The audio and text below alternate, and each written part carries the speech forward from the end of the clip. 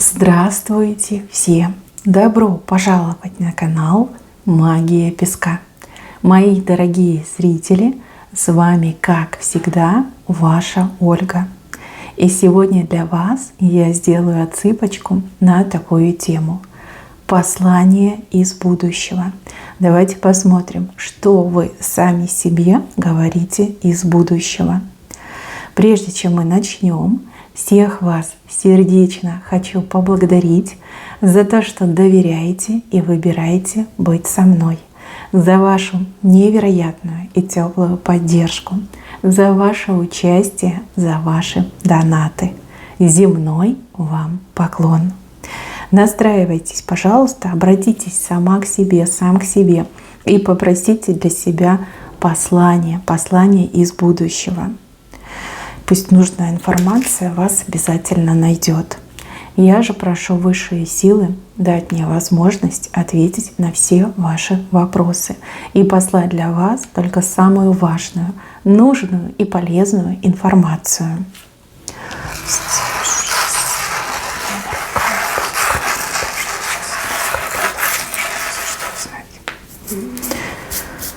Так.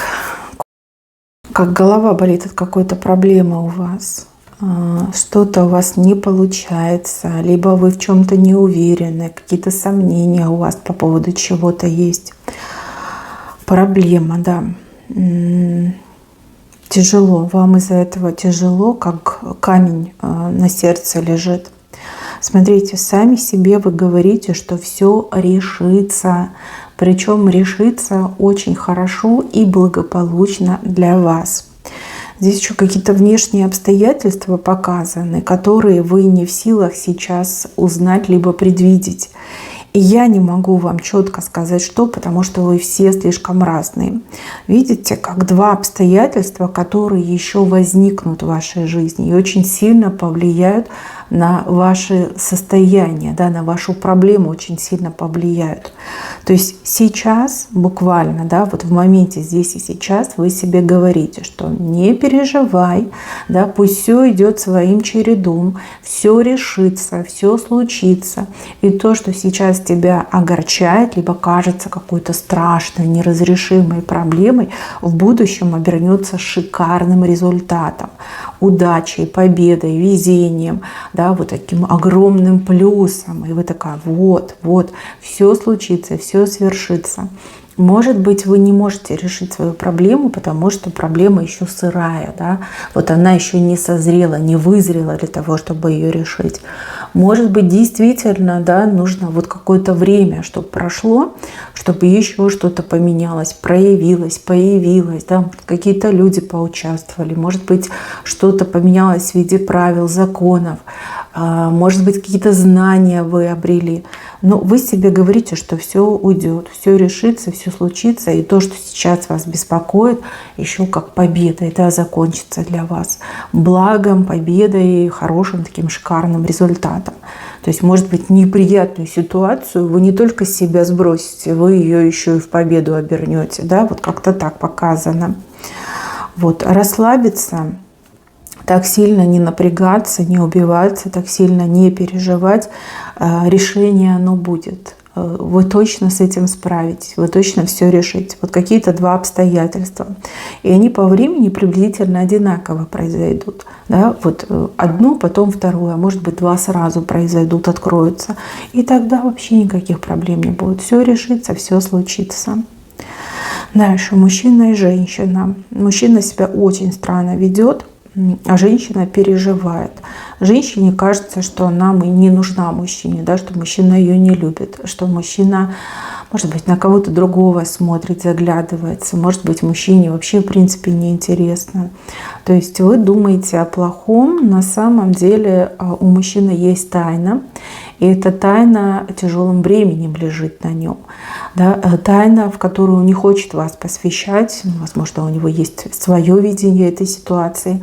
Но вот поверьте, во-первых, и тайна раскроется, а во-вторых, этот мужчина, он еще вам все объяснит. Вот прям от первого до последнего слова все объяснит, что было, почему так было, почему он так себя повел, что не так, что так, да.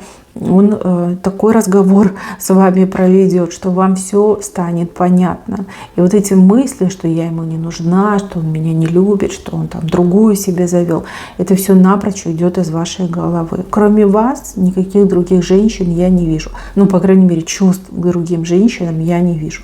Да, возможно, есть другая женщина, у кого-то так и отыграется. И он сейчас решает вопрос с этой женщиной. Возможно, эта женщина даже и не любовница, не жена, может быть, это женщина, там, компаньон по бизнесу, может быть, она, допустим, родственница, да, и создает ему проблемы, а он не хочет, чтобы вы об этом знали, он не хочет, чтобы вы переживали. То есть вот проблема, его тайна, вот он вам все это расскажет. Он и справится с этим всем, и вам об этом всем расскажет. И то, что сейчас отношения, на ваш взгляд, у вас не клеятся, не ладятся, это все поменяется. И я вижу вас вместе. Вы оба улыбаетесь, друг друга за руки держите. Между вами не будет никаких тайн и секретов. Между вами будет доверие, да, взаимопонимание и, конечно же, любовь. У вас с этим мужчиной еще очень шикарное будущее впереди. И хоть сейчас это кажется невозможным, либо маловероятным, но поверьте, так оно и будет. Вы сами себе говорите, что именно с этим мужчиной у вас счастье впереди. Так что лучше себе, наверное, поверить. Так, еще какие-то неприятности, но нет, это скорее как неудачи, невезение. Что-то у вас не случилось, не получилось. Вы очень сильно хотели, вы очень много над этим работали, но у вас не получилось. Вы себе говорите, что и слава Богу, да, ты переживаешь, но когда ты узнаешь все, ты тоже скажешь слава Богу. То, чего вы для себя хотели, для вас вредно, либо для вас плохо могло бы обернуться. Ну, допустим, кто-то хочет, там, не знаю, денег, много денег, да, вы там в лотерею пытались выиграть. Это просто банальный пример. Да. Я не знаю, кто вы. Я не могу вот в общей отсыпке каждого человека историю рассказать. Понятно, что это нереально. Но вот давайте пример. Вы хотели в лотерею выиграть много денег, да, и если бы вы их выиграли, возможно, пришли бы к вам какие-нибудь там бравые ребята и ценой вашего здоровья эти деньги бы у вас забрали. Это нормально? Нет, это не нормально. Хотите вы таких денег? Скорее всего, вы скажете: нет, не надо, не надо, я хочу сохранить свое здоровье. Нужны все эти ужасные события, да? Также, возможно, вы хотели, например, на какую-то работу поступить. Вот хочу, например, в той-то компании работать, очень круто выглядит, там зарплаты высокие, там прям карьеру можно сделать, но при этом в той компании, например, там что-то через год случится, все обанкротится, людей там уволят, и ни зарплаты, ничего не будет. Да? Либо там на работе вас могут подставить, там все ярлыки на вас навесить, да, и вы еще потом будете за это все отвечать. Да? Вот вас туда не пустили, вы хотите куда-то поехать, но в дороге с вами что-то очень плохое может случиться. И у вас это не происходит, вас просто защищают от этих будущих событий, да, ваши ангелы, ваши покровители, небесные силы, да, родные души вас защищают, вам не дают то, что может вам навредить. А вы же становитесь в позу и думаете: ах, как мне не везет, ах, какая судьба у меня злая, колючая, да, ничего не дает, только лишь отбирает. Понимаете? Здесь показан именно такой фрагмент, что вам не дают, чтобы вам плохо не стало, да, чтобы вам непоправимый вред не пришел, да, вот как-то так показано. Нам, людям, трудно это понять, да, потому что когда хочется, это хуже, чем болит. Вот я хочу, я не понимаю, почему у меня этого нет. А высшим силам им же виднее, что для нас хорошо, что плохо. В данном конкретном случае вам даже как-то надо спасибо сказать высшим силам, что они вот именно таким образом вас от бед ограждают. Мои хорошие, лучше тут довериться, и если что-то не получается, это, скорее всего, не ваше. Либо вам это и даром не надо, потому что может привести к непоправимым последствиям. Дальше, мои хорошие. Здесь человека показывают, который от одиночества мается. одиночество. Чувство одиночества может быть и вдвоем, и в семье может быть чувство одиночества. А может быть, вы действительно вот одна живете, либо один живете. Может быть, да, и дети у вас есть, но хочется вот личного счастья, да, хочется родного человечка рядом. Ну, дети как бы не могут заменить мужа либо жену, правильно? Конечно, правильно. У кого-то уже есть семья, и муж есть, и жена, например, есть, но вы не чувствуете тепла от этого человека, вы чувствуете себя абсолютно бесконечно одиноким человеком. Смотрите, для вас здесь показано, что вам, ну вот по судьбе, как с двумя разными людьми еще встретиться. Два абсолютно разных человека, вплоть до того, что они будут отличаться по масти, да, один, например, светлый, другой темный, могут отличаться по национальности, по вероисповеданию, по культуре, да, вот разные, два абсолютно разных человека. Вот один из них явно иностранец, может быть и два иностранца, да, только один, например, с Европы, другой, например, с Азии или с Востока. В общем, два разных человека. И у вас еще будет выбор, вам предоставится возможность всю свою жизнь изменить. Но вот я вижу, что какой-то страх может вас сковать. Вот сейчас вы готовы, вы хотите, вы можете рискнуть, вы в омут с головой, да? Но когда этот выбор перед вами станет, вы можете закрыться, вы можете испугаться и просто лишить себя счастья. Ну вот мне идет так. Где вы познакомитесь с этими людьми, я не знаю. Может быть, где-то на отдыхе, может быть, в интернете, да, там соцсети, сайты знакомств. Может, просто на улице будете идти, к вам иностранец подойдет и начнет у вас дорогу спрашивать. Да? Все в жизни бывает. Смотрите, вы себя предупреждаете о том, чтобы вы не боялись, о том, чтобы вы не трусили, о том, что это ваш шанс действительно избавиться навсегда от одиночества, найти, обрести достойного спутника жизни, либо достойную спутницу, если смотрит меня мужчина.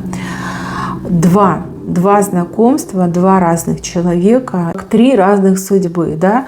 Вы можете никого не выбрать и дальше проживать свою жизнь, как есть, в одиночестве. Вы можете выбрать одного, и судьба пойдет в одном направлении. Вы можете выбрать другого, и судьба пойдет в другом направлении.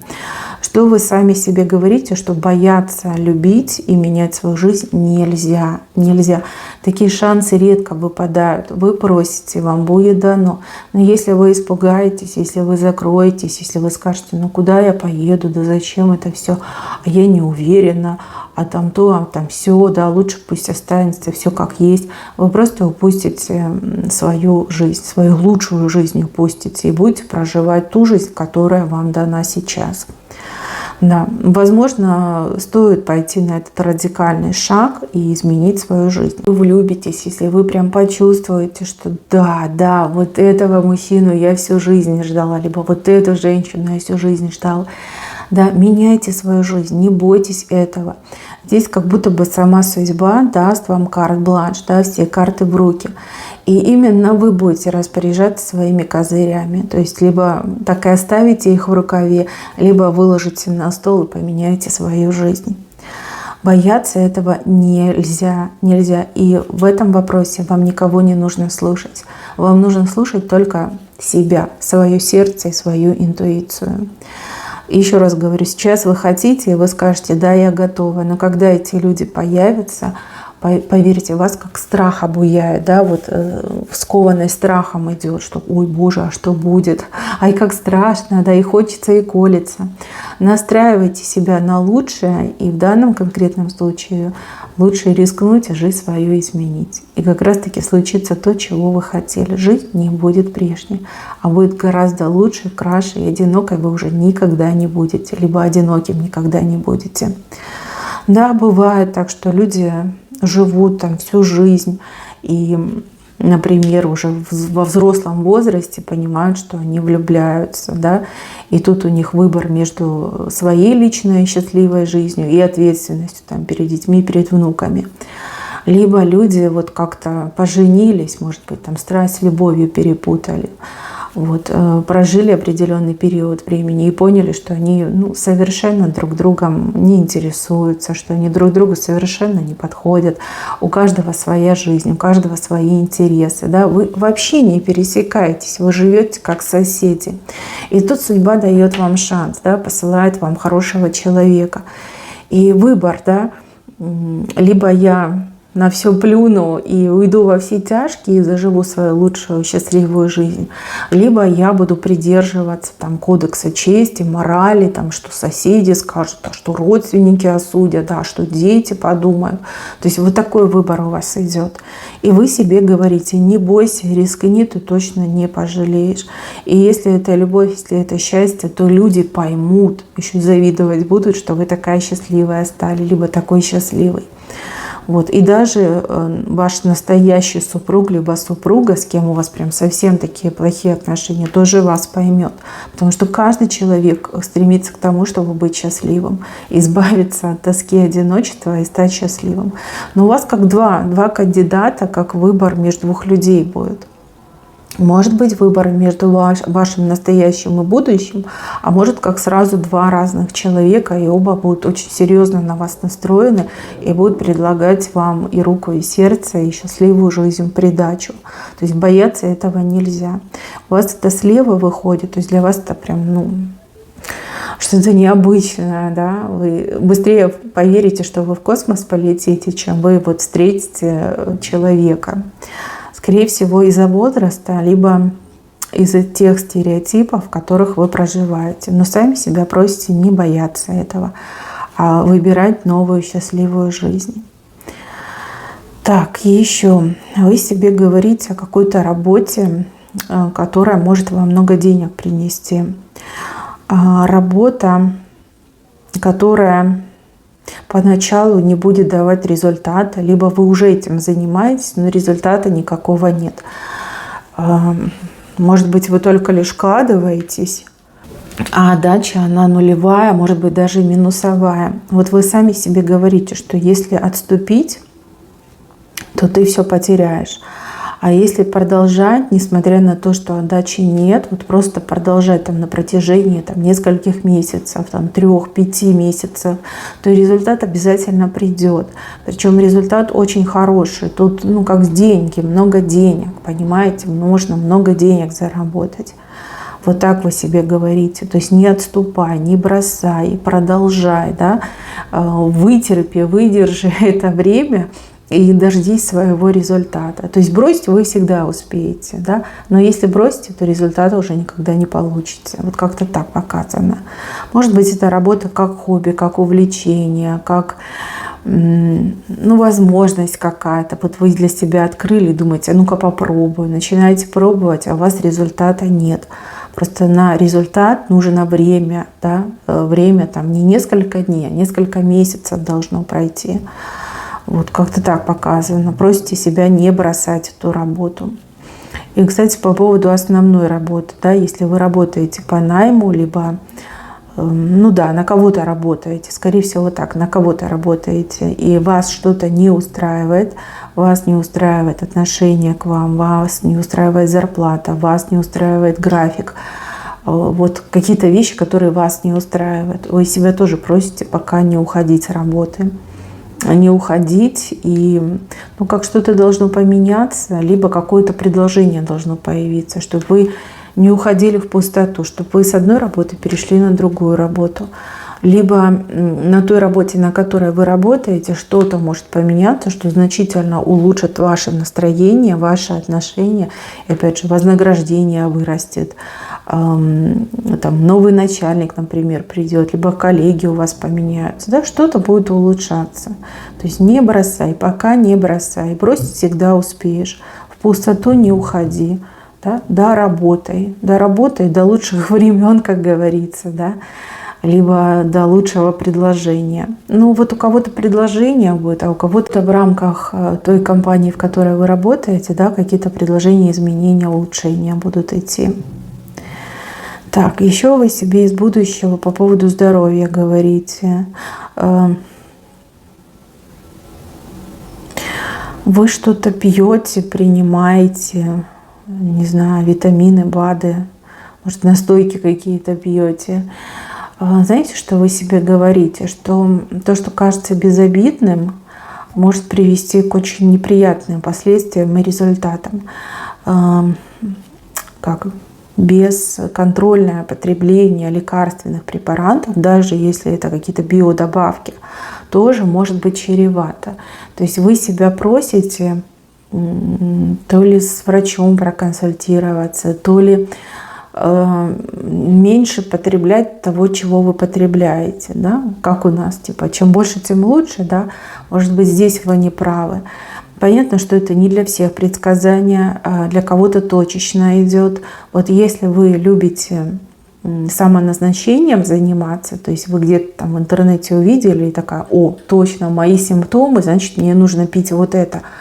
Лучше сходите, проконсультируйтесь. Здесь речь не идет о каком-то прям колоссальном, непоправимом вреде, но речь идет о каких-то неприятных моментах, когда вы с ужасом осознаете, что это вы сами себе такое причинили, потому что бесконтрольно, либо по самоназначению принимали, на ваш взгляд, какие-то безобидные препараты. Да, все, что вы внутрь себя потребляете, все оно как бы влияет.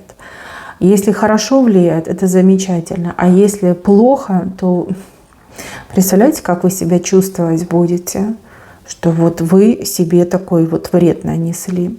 Лучше сходите, проконсультируйтесь, дайте развернутый анализ крови, на гормоны сдайте, не знаю, смотря что вы принимаете.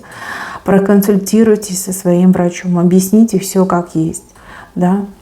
Пусть вам специалист грамотно все это объяснит и посоветует.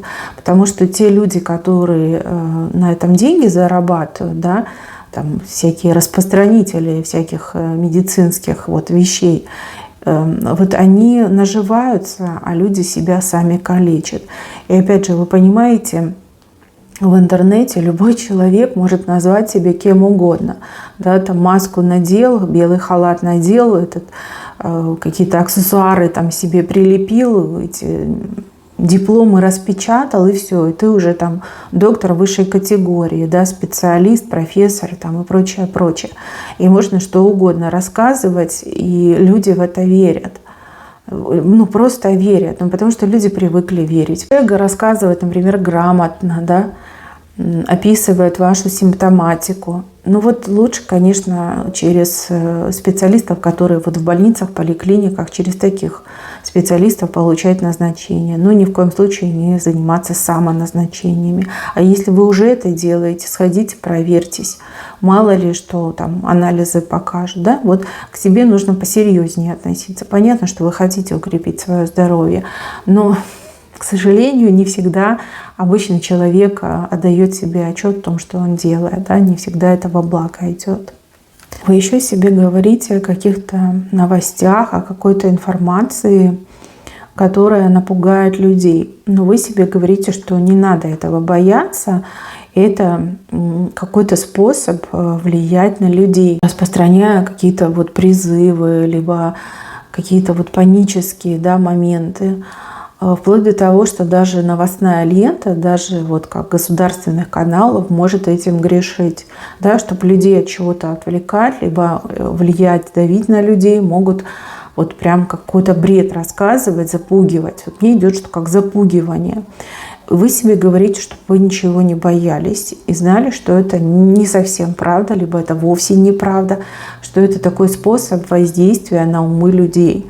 Да, чтобы заставлять людей что-то делать, либо чего-то не делать. Вот, чтобы вы были умнее и не поддавались на какую-то панику, на истерию какую-то не поддавались. Да, не портили себе нервную систему. Лучше вообще, наверное, эти новости не слушать и спокойненько себе жить. Да?